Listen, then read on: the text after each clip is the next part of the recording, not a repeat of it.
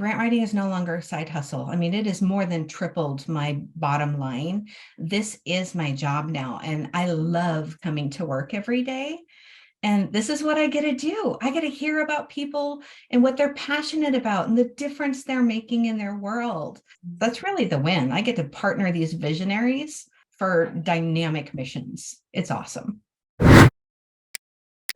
Hello, hello, hello. It's Holly Rustic here with Grant Writing and Funding, and I'm here to help you learn how to write better grants, start a freelance grant writing business, or start or grow a nonprofit. And here to help me do that this week is Jill Turner of Tricord Visionary LLC. And I'm really excited because she's gone through some of my programs, so she's here to talk about her experience and also about her business, which is amazing. So welcome to the podcast, Jill.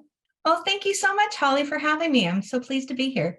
Yeah, this is exciting. So I love it because I love seeing you guys in the program and then having you on the podcast. It's like, yay, we get to dig into your business a little bit more and kind of go behind the scenes. So thank you for being vulnerable and for being open to share about your business today and your process.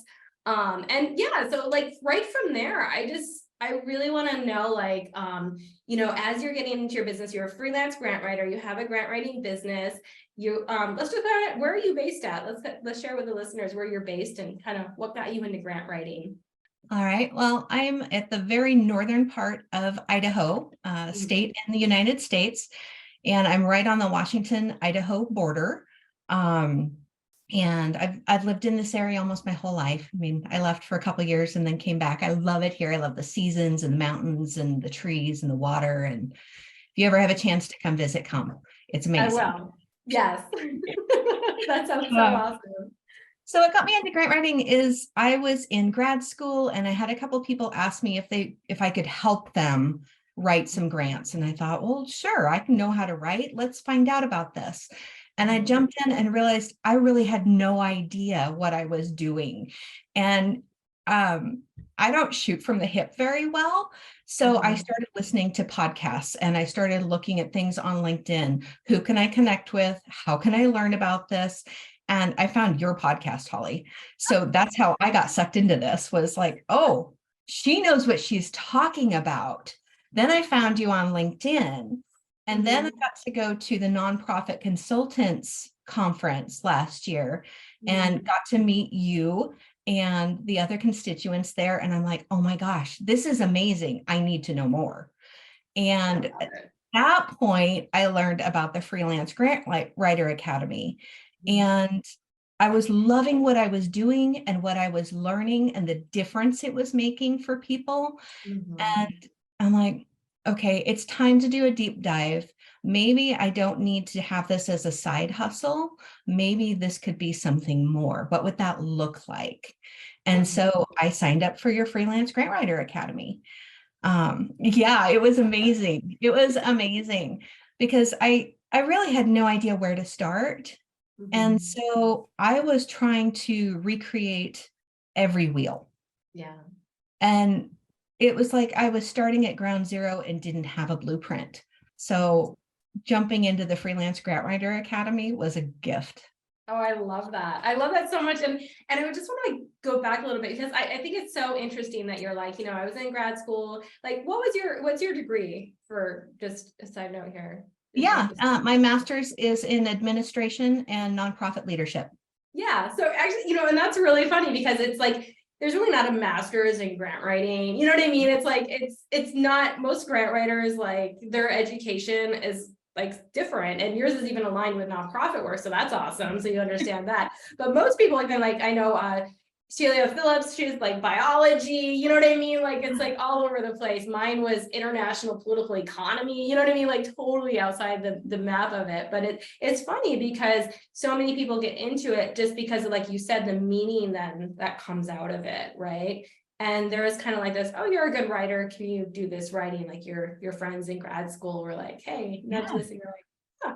Sure. But then when you look at it, it was different writing probably than you were used to, right? Yeah, absolutely. Absolutely different. I mean, I love that I could get into the research aspect and I knew how to do the statistics and write a budget, but grant writing itself is a totally different animal. Right, right. And I love that you like really got to it and quickly. So what Oh, yeah. was like the timeline when you were like grad school, grant writing on the side to like, okay, last summer, I'm gonna, I think I might be able to do this full time. Um, I technically finished grad school in December of 2020, or of 2022, excuse me.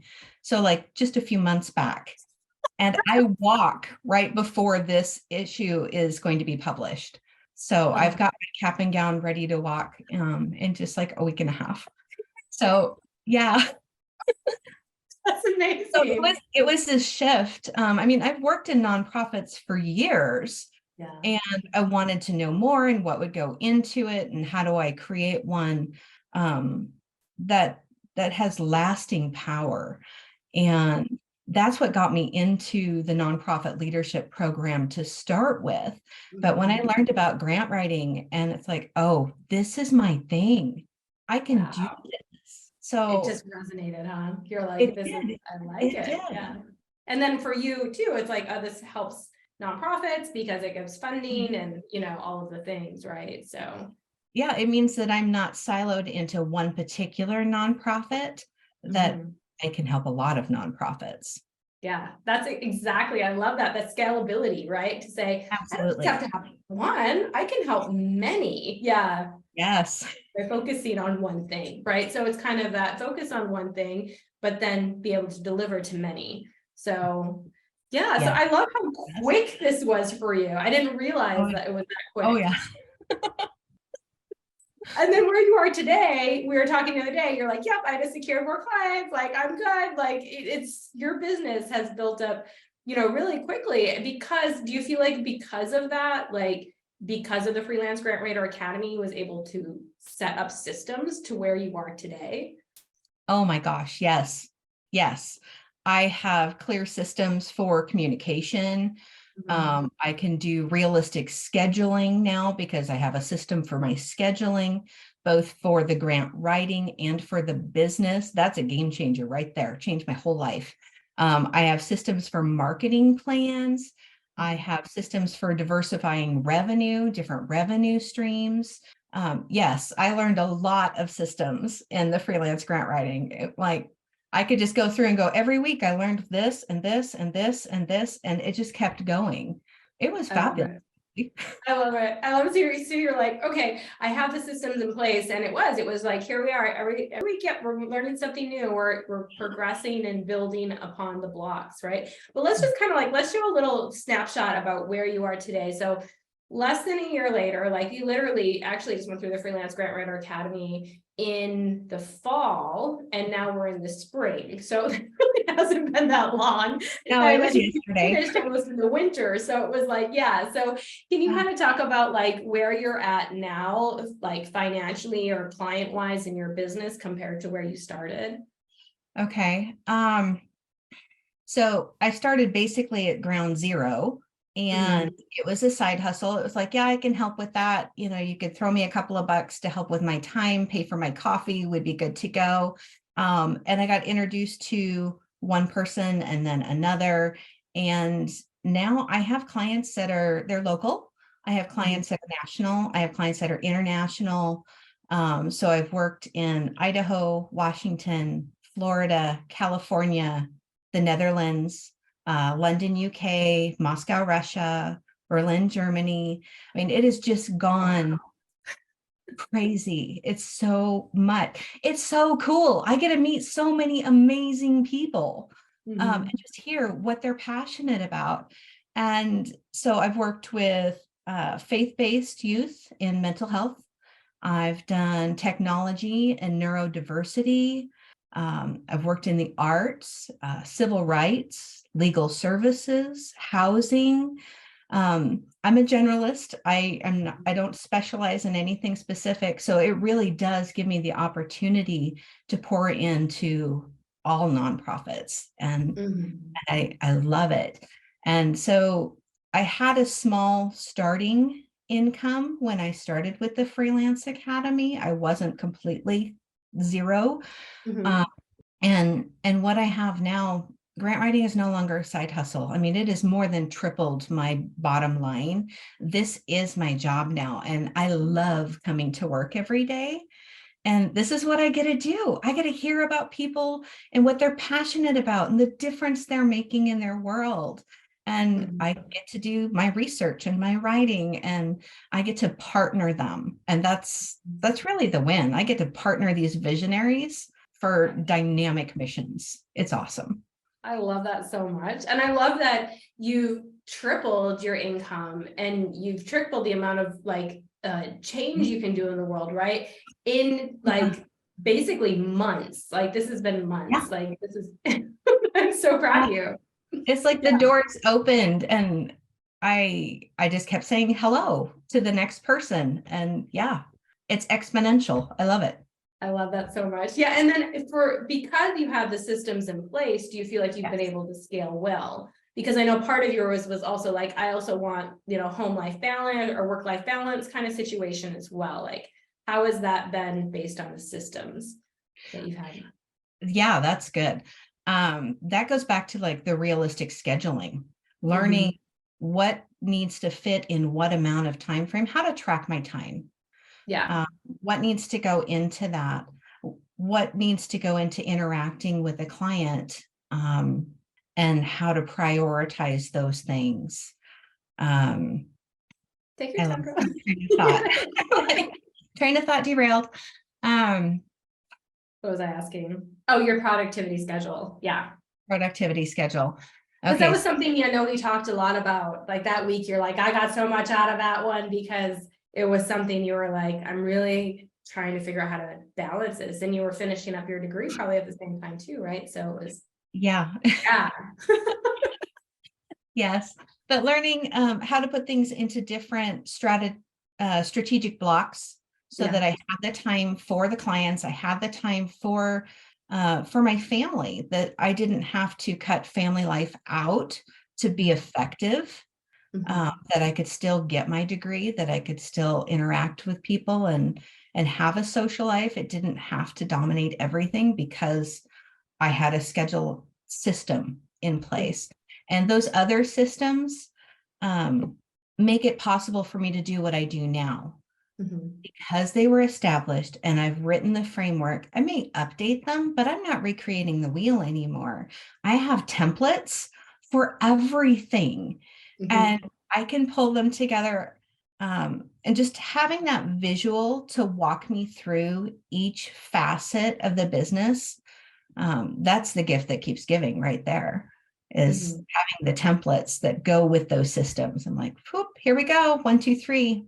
Check. Yes, yes, because we do Moving the forward. course is very much the academy, right? We base it on here's the instruction on how to do that. Here's some work on like how to break it down for you personally. And then here's templates that you can augment to use. So here's the system, right? Whether that's your marketing, how to do your pricing, right? And really how to establish your what kind of services you want to offer. And if you're gonna be like, isn't this just grant writing? Hey, there's a lot of different nuances. Do you want to do packages? Do you want to do retainer? Do you want to do grant research, right? There's a lot to go to think through about what you want to do and then how you convey that to get sales, right? How do you present that? Absolutely. Yeah, when you scale there's so much more than just writing the grant. Um, Mhm.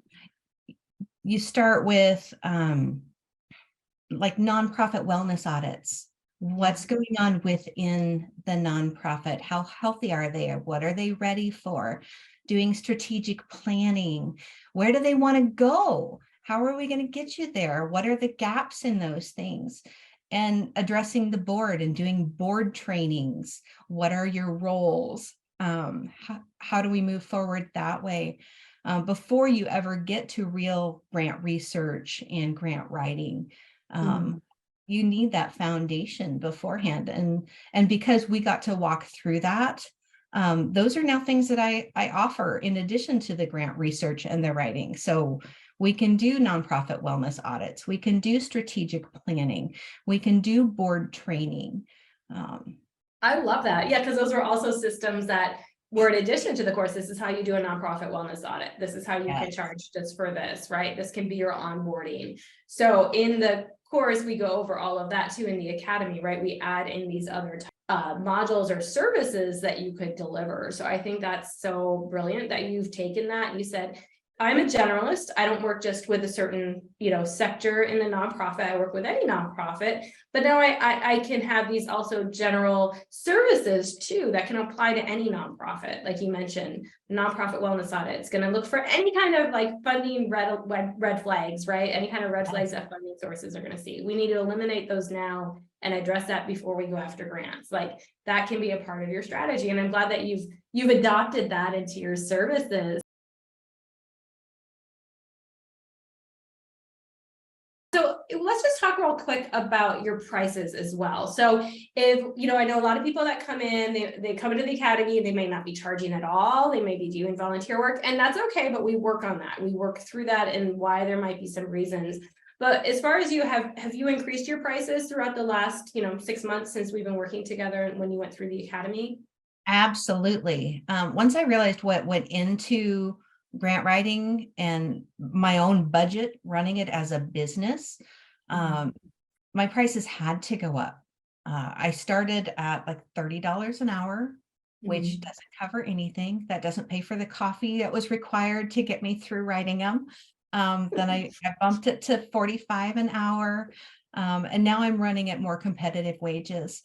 But what I found is, like, when I work between Washington and Idaho, because I'm right there on the border, I offer services in both, but the amount that I offer really needs to reflect the clientele, because the base wage in Idaho is less than half of the base wage in Washington. And the nonprofits just don't support the financial burden the same way. So I have to be able to work to that, and still be able to buy my coffee. Right. No, I like how you're really spelling that out, because you're right. I mean, those states so close together, but completely different wages and completely different economic structure. So if you're trying to pitch, even vice versa, like say if you took your Idaho price to Washington, that might be lower, right? Because of wages and all of that. But if you took it to Washington, they might say that's too low. I don't think you're going to be able to get it done, right? Did you also find it too? Absolutely. Like, they would lower price, right? Yeah, they'd be like, oh, maybe you're not credible. Yeah. Maybe you don't really know what you're doing. Mm-hmm. And so it really needs to reflect my experience, and both fronts. Right. So you can then increase it in Washington because then it makes sense and it's actually going to make you more competitive than making you less competitive. But then in Idaho, you might adjust it so it's not as high because the wage structure is different. Yes. Is that okay? And I love that you're really looking at the market, because that does play a tune into pricing. Right. So now you have these international clients, which I had no idea that it has grown that much. Like I've heard so much about your business as we're chatting too, because I know you're sharing your wins. We have our little cowbells we ring for it. So I've been seeing that, but you haven't been sharing that you've been getting these international clients, and it's rippled that much. So that's amazing, for one. And for two, like, how's the pricing then for international? Like, is that something you had to kind of augment a little bit too, or how do you base that? It depends on where they're coming from. Then you're doing conversions. Like when I'm working in Europe, I need to be able to look at the euro and what is the conversion to the US dollar, and what will the market bear in that environment. So when we look in London, it's going to be a different price than when I work in Moscow. It just has to be. So yeah, I mean, it's just very unique where it's going to be. I still have all of the business costs that have to be covered, because those don't change. Those bills come every month, regardless, just like any business. But the scaling, it just depends on what the conversion rates are. Okay. And then also, like, say if you may not be charging maybe as much in one area, maybe you also kind of augment the services because it does reflect on your cost of living, right? So do you kind of play with that as well to make sure that it doesn't, you're not doing the same amount of work for different scales of money? Oh, absolutely. So say I do one package that has certain research, has a certain number of grants, whether they're local or federal or whatever they are. That would be one ticket price. If I have a nonprofit that says, well, I only have X amount of money, what can you offer me for that? Then I can go back into what my services are that I offer and find out what is the best option for them for their budget price. So I don't necessarily have to change all of my package prices. I just look at what the best fit is for them. So it works with their budget as well. I love that, because then you're still keeping your time and your balance. You're not like, for instance, some people might just do deep discounts but give the same service, and you can't do that because then you can't pay your bill. Like, you know what I mean? I tried that. Oh my God, I tried that. And oh, that hurt. Yeah. Because then it was like I was paying them to write their grants. I was losing money every time I put my time towards their work. And that's not healthy. It's not healthy for me. It's not healthy for my business. It's not healthy for our relationship either. Right. Because the respect has to go both ways. Yeah. I love that so much. I love how you've been able to do that. And so to be able to come up with this, some people might be like, that takes a lot of thought process. Were you able to pull some of the systems and templates that we have in the Academy to help you through that process and to try to figure that out, or just even think about it from a higher scale of like, oh, how does this affect my business? Yeah, I was able to pull it from Freelance, just because we'd already broken down what costs should be. Yeah. How many hours it takes me to do different jobs, and what things are just, they always cost X amount for me to have this service or to offer this service. So yeah, once you've got the whole buffet of Freelance, then it's just a matter of picking what suits each nonprofit best. I love And that. we get an amazing meal. I love that. And then you don't suffer by doing the deep discounts, by doing the right, and how all the things that you talked about that, you know, they just really hamper relationships, and it's not sustainable for you or for the nonprofit, right? So I love that you've been able to balance and still meet certain budgets, but also be able to deliver the services then that makes sense for that budget, you know, without it, you know, and then you can still thrive as well, because that's a part of it. If you're not able to thrive, you're not able to help more nonprofits or show up 100%, right? So there's a part of that as well. Oh, I love it. I love so much that the Freelance Grant Writer Academy has helped with your pricing and your services. So that's amazing. And congratulations on those amazing clients and just being able to really understand market and your pricing, because that is the biggest struggle that I see with people who are opening freelance grant writing businesses, and any kind of business, is pricing. That's at the front, and then it's productivity and marketing right behind it. It's kind of like the triple threat. So you've done magical in that, and taking the concepts and then applying them and being like, okay, now that I have the baseline, I can play with this, right? It gives me freedom. Absolutely. Yeah. That's awesome. Thanks for sharing on that pricing. Yeah, and congratulations to raising your rates now to prices that do you feel like you show up 100%? Like you're like, I'm showing up now, like maybe before you're like, ooh, I'm giving away my services. So, you know. Yes. Yeah. Now I look at that number and I'm like, okay, I'm 110% here. I'm fully invested. There are no distractions. You get everything from me. Like, yeah.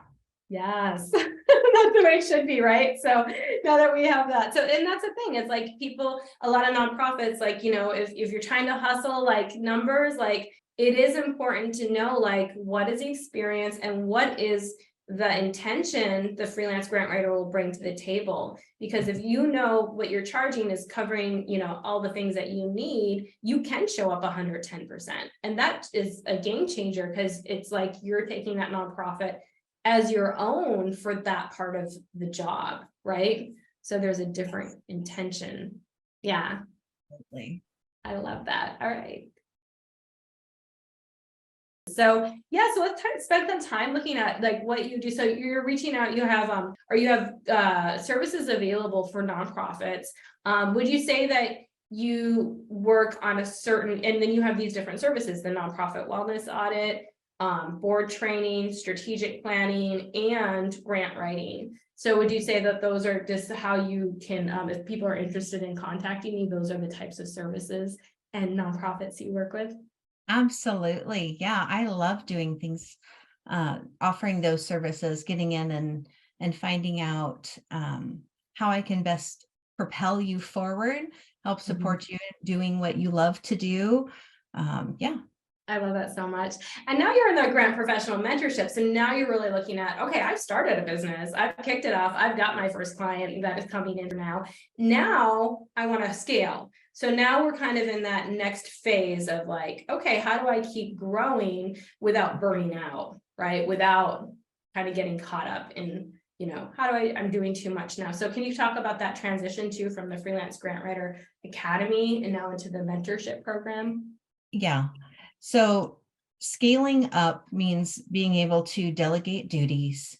It means being able to use those systems that I have in place so that everything can be as streamlined as possible. So as we go through this and as you're building your business and taking on new clients, it's so exciting to see all of that happen. It's exciting to see it in the mentorship to continue to work with you and follow you on your journey and support you on your journey as you scale your business.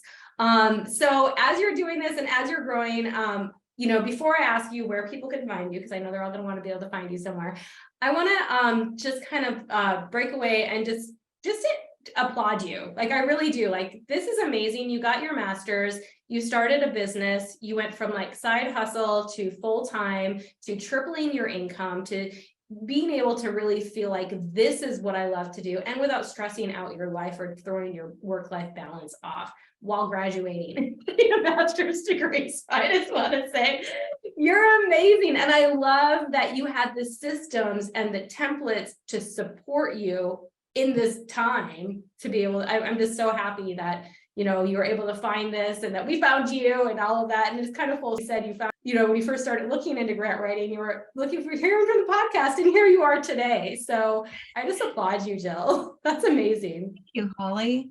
Yes, yes. So I know people are going to want to be contacting you because they're like, she's doing something right. And the other thing too, I wanted to mention is people are going to be able to find you on a certain place. And you don't even have a website developed yet, because I always say that is not a necessity and getting clients, and it's not. And you're proof to say that it's not. So even if you guys are thinking out there, I'm thinking about becoming a freelancer, but I need to have all the things, the website, all the huge marketing budget, all the things. Jill's here to prove that that is totally a misnomer. You don't have to do that. You just need the systems, right? So Absolutely. Can you talk about that for a minute?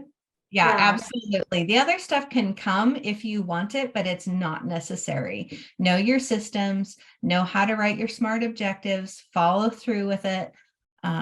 Absolutely. The other stuff is like frosting.